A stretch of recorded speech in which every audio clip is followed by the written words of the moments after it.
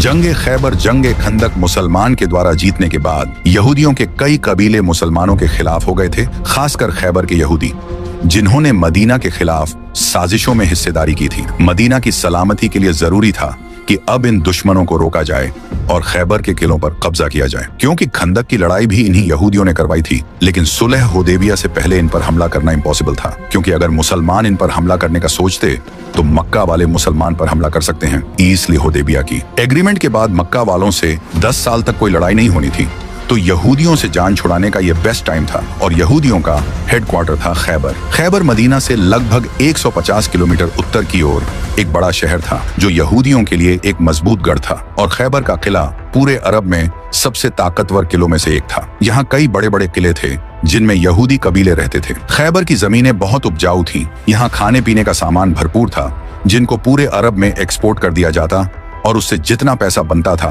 उस सारे को यहूदी इस किले में सेव करके रखते थे, क्योंकि उनको पता था कि खैबर को फतह करना इम्पॉसिबल है और यहूदी कबीले इस इलाके पर पूरी तरह काबिज थे। खैबर के यहूदी न केवल मदीना के खिलाफ साजिशें रच रहे थे, बल्कि मक्का के कुरैश और मदीना के अंदर मौजूद यहूदियों के कुछ कबीले के साथ मिलकर मुसलमानों के खिलाफ खड़े हो रहे थे। इस वजह से खैबर पर फतह हासिल करना इस्लाम की सलामती के लिए बहुत जरूरी था। इसलिए खैबर पर हमले की तैयारी शुरू कर दी गई।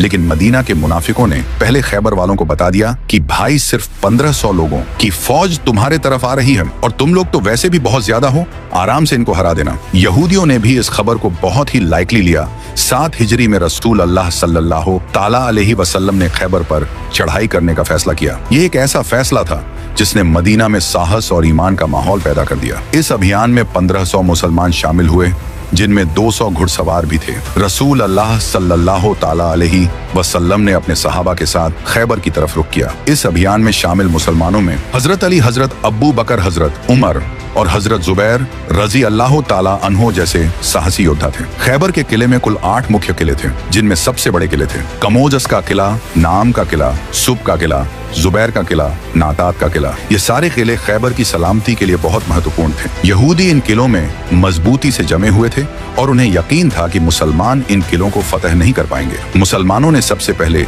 नाम के किले को निशाना बनाया। नाम का किला यहूदियों का सबसे मजबूत किला था और यहाँ उनका मुख्य फौजी अड्डा था। पहले किला फतेह करने की बहुत कोशिश के बावजूद कोई फायदा नहीं हुआ, तो रसूल अल्लाह सल्लल्लाहु ताला अलैहि वसल्लम ने कहा कि कल मैं एक ऐसे आदमी को झंडा दूंगा, और झंडा देना मतलब एक ऐसे आदमी को लीडर बनाऊंगा जो अल्लाह और उसके रसूल से मोहब्बत करता है और अल्लाह और उसका रसूल उससे मोहब्बत करते हैं। तो सारे सहाबी इस उम्मीद में थे कि काश ये झंडा हमें मिल जाए। एवं हजरत उमर रजी अल्लाह ताला उन्होंने कहा कि मैंने कभी भी जिंदगी में लीडरशिप की ख्वाहिश नहीं की सिवाय खैबर के इस दिन की।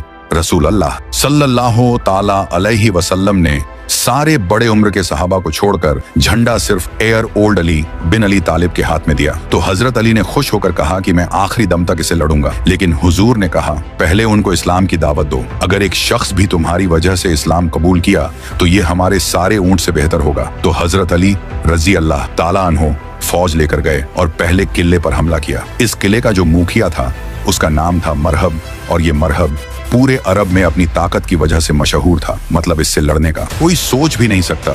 तो उसने सामने आकर मुसलमान को चैलेंज किया। तो हजरत अली रजी अल्लाह ताला अन्हो सामने गए और क्यूट इजीली उसको हरा दिया, जिसकी वजह से इसकी जगह हजरत अली पूरे अरब में आज A1 वॉरियर मशहूर हुए। इसी के साथ लड़ाई शुरू हुई और काफी खतरनाक लड़ाई हुई और यहूदी भी बहुत जोर से लड़ रहे थे। जंग काफी देर तक चली, लेकिन आखिरकार यहूदी इस किले को खाली करके दूसरे किले में चले गए और इस तरह खैबर का पहला किला फतह हो गया। अब 3 दिन तक मुसलमान दूसरे किले को फतह नहीं कर सके, क्योंकि यहूदियों ने बहुत सख्त लड़ाई की। बट आखिर वह यह किला भी छोड़कर 3rd किले की तरफ भाग गए। तीसरा किला भी बहुत दिनों तक फतह नहीं हो सका और मुसलमान हैरान थे कि हमने तो इनके सारे खाने पीने के रास्ते बंद कर दिया, फिर भी ये बाहर आकर लड़ क्यों नहीं रहे। फिर एक दिन एक यहूदी जासूस जो मुसलमान के लिए जासूसी करता था, उसने आकर बताया कि खैबर की ये किले बहुत पुराने हैं और यहूदियों ने इन किलों के नीचे सीक्रेट रास्ते बनाए हुए हैं और इन रास्तों को यूज करके वो इस जगह से पानी किले के अंदर ला रहे हैं। तो मुसलमान जाके वो रास्ता भी बंद कर दिया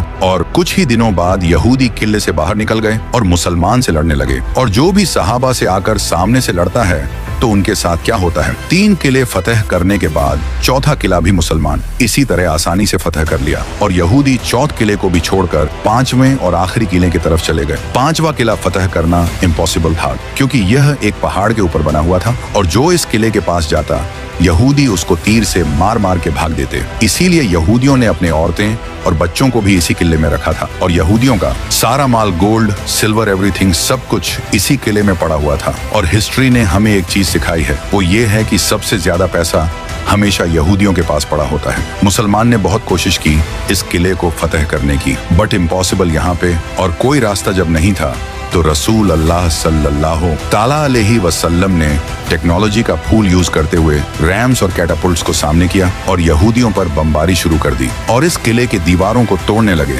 और बहुत कोशिश की बाद आखिरकार किले की एक साइड की दीवार गिर गई। ये देखते ही मुसलमान ने फुलफिल्ड हमला कर दिया और यहूदी औरतें, बच्चे, गोल्ड, सिल्वर सब छोड़ के वहां से दूसरे हिस्से में भाग गए और आखिर यहूदियों ने सख्त लड़ाई के बाद सरेंडर कर दिया और रसूल अल्लाह सल्लल्लाहु ताला अलैहि वसल्लम ने इन सब को माफ कर दिया। लेकिन खैबर में जितना भी फूड और फ्रूट्स की प्रोडक्शन होती थी उसका हाफ हिस्सा मुसलमान को देना होगा, जिस पर यहूदियों ने खुशी से एग्री किया। खैबर से मुसलमान को इतना गोल्ड और इतना पैसा मिला कि मुसलमान को गरीब कम्युनिटी से अब की सबसे पावरफुल और रिच कम्युनिटी में से बना दिया। खैबर की फतह से मुसलमानों को न केवल एक मजबूत दुश्मन से छुटकारा मिला बल्कि उन्हें आर्थिक और सामरिक रूप से भी फायदा हुआ। ये एक ऐसी जंग थी जिसने मुसलमानों के हौसले को और बुलंद कर दिया। खैबर की फतह ने इस्लाम की ताकत को और बढ़ाया और मुसलमानों को दिखा दिया कि जब अल्लाह की मदद होती है तो कोई भी दुश्मन उनकी राह में नहीं आ सकता। तो सब्सक्राइब योर चैनल।